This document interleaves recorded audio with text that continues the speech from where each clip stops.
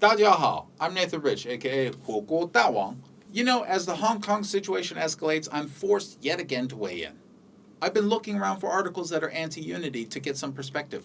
What could be motivating these people to destroy their own city? We know it's not the demands that they've listed. That much is obvious. To me, it seems to be a group insanity born from frustrations over a lost identity. But honestly, I don't know enough about the roots of their angst. I can tell you this, though. People are angry, and collectively they are a confused mess. That is a long way to describe a chaotic force. And today I'd like to point out that Hong Kongers are not Americans.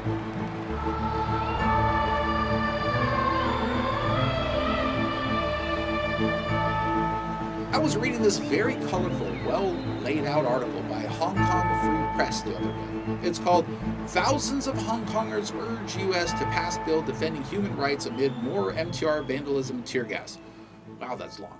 Hong Kong Free Press is not at all a government supporter. They've clearly chosen a side in this drama, and the side is separatism and bleak prospects. But that's why this article is so interesting to me. You see, they're trying to show these protesters in the best light possible.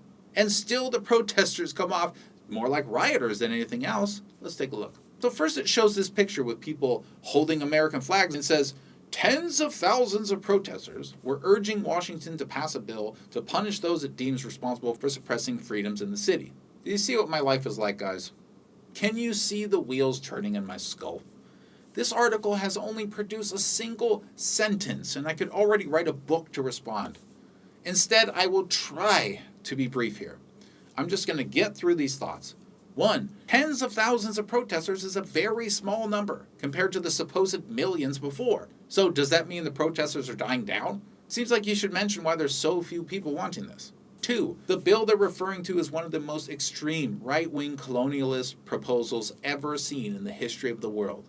Just imagine the reality we're going to live in if the United States forms a legal agreement to punish those it deems responsible for suppressing freedoms in Hong Kong. I cannot overstate how dangerous this bill is. It could literally be the first step in a new era.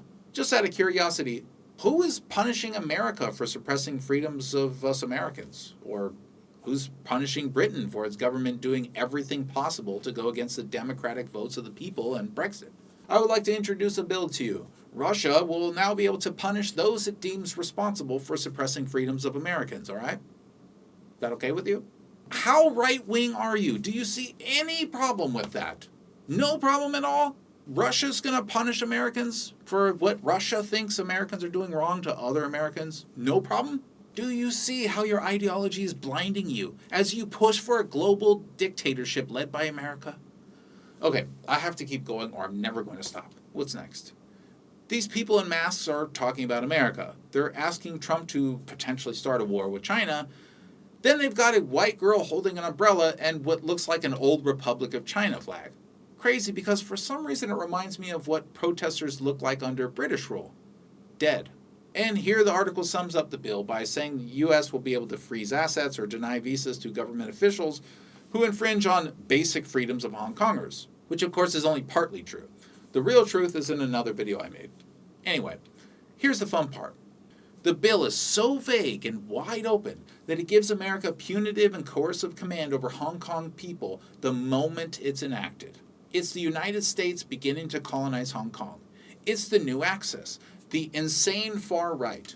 And this article sums all that up as the U.S. can freeze assets and deny visas. Then we see more masked people. This guy is holding a sign that tries to appeal to the American Revolutionary War and how the government of France was allied with them or something. 3 problems with this guy.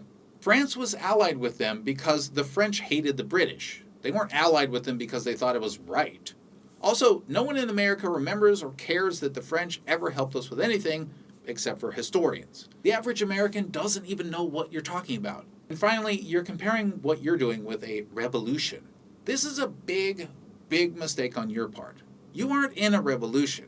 You're in a bunch of protests and riots, and there's a very big difference between protests and a revolution. Can you think of what those might be? No? A protest is a bunch of people with a complaint, usually holding signs and trying to get attention for their issues. A riot is a protest that spreads violence, like yours. A revolution is a war. If the United States annexes Hong Kong from China, there will quite possibly be war. Do you know how many millions of people might die? Do you care? Do you even know what you're doing? Is the mask you're wearing to prevent you from being executed as a war criminal when it's all finally over? Do you understand anything at all about history? This is so frustrating. Then it has right-wing protesters showing this Pepe the Frog alt-right symbol. Originally a non-partisan frog on the internet, the alt-left propped this symbol up to be a big fascist mascot. And now they're fumbling around trying to explain why the right-wing protesters in Hong Kong are embracing it. Hilarious. But more than that, it's further evidence that Hong Kong people don't really get America.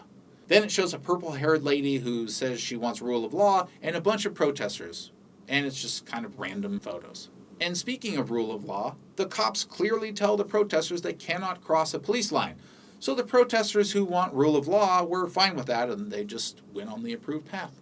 Oh, no, I'm sorry. That's what would happen if they actually wanted rule of law. Instead, according to this anti-unity website, which will try to paint them in the best possible light, they vandalized the subway station, blocked the exits with piles of trash, smashed windows, and created a large fire. Then the protesters set multiple fires across the area, damaging the subway system and stopping traffic. That's weird. I thought you wanted rule of law. The Hong Kong police issued many warnings, but protesters refused to stop destroying the city. They are violent, they're breaking laws, and the one thing that we know they're against is the rule of law. Tear gas was used, and protesters claim people died, but there was no proof. Kinda hard to hide dead people. And then, here we go again. This right-wing protester is wearing a ninja outfit and smashing through windows. No one is provoking shinobi here. It's so obvious at this point that these are unprovoked acts of violence that even this anti-unity article has no choice but to show the crimes. And then we see a typical kind of tweet from the anti-unity crowd. Tear gas fired outside Sogo. Why? Why did these police fire tear gas? Could it have anything to do with the fires people were setting? How about the smashing of windows? How about the way the protesters are ignoring the rule of law? No, this is not a revolution. This is a wandering protest with riotous characteristics. One moment is peaceful, the next it's chaos. And all the while, the loudest, most violent criminals are the ones pretending to call for rule of law. In the US, your roaming bands of protests and violence would be shut down by the National Guard. If you kept going, you would get the real American treatment. Molotov cocktails, beating down police officers, you will be shot to death or arrested and imprisoned. And because you're Chinese, no one will call racism, no one will protest in your defense, and no one will save you. You'll be called privileged and no one will care. That's America. So please think about that before committing more violence. You want to ask for change? Go for it. But mass crimes are that much worse than individual crimes. And as the protesters commit more and more heinous acts, even the mainstream media is starting to finally mention it. You are not American. If you were, you would likely be dead or in prison by now. Remember that. Thanks, everybody. 谢谢.